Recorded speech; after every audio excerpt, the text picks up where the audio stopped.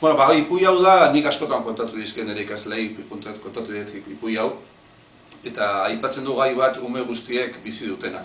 Eta da, hori, lehenengo hortza noiz eroritzen zaien. Ordan hortik abiatuta, ipui bat asmatu nuen, eta da, hori ba. Lehengo ohiturak eta oraingo ohiturak. Ordan mutiko bat, Matxin da protagonista, joten da aitona monei bisita bat egitera, eta kontatzen dira nola hortza erori zaien. Eta ordan aitonak eta amonak zute, oi, ba, ze kasualidadea, begira, laizter San Juan Sua ospatuko dugu, San Juan Sua egingo dugu, eta herri txiki hontako ohitura da, hortza sutara botatzea eta magiazko hitz batzuk esatea. Tori zarra, ekarri berria, eta hori da, ipuiaren izenburua.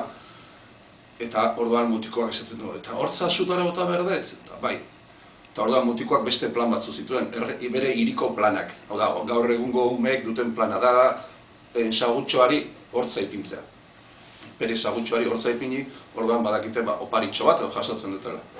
Baina orduan amonak esaten dira, begira, hortza sutara botatzen badezu, nik opari bat egingo dizut. Orduan umea dago hor, dikotomia hortan. Nori utzi hortza? Sagutxoari utzi edo sutara bota. Noren oparia jaso. Eta orduan mutikoak trampa bat asmatzen du, dela hortza bat bilatu behar du, eta hortza bat botako du sutara, eta berea sagutxoari.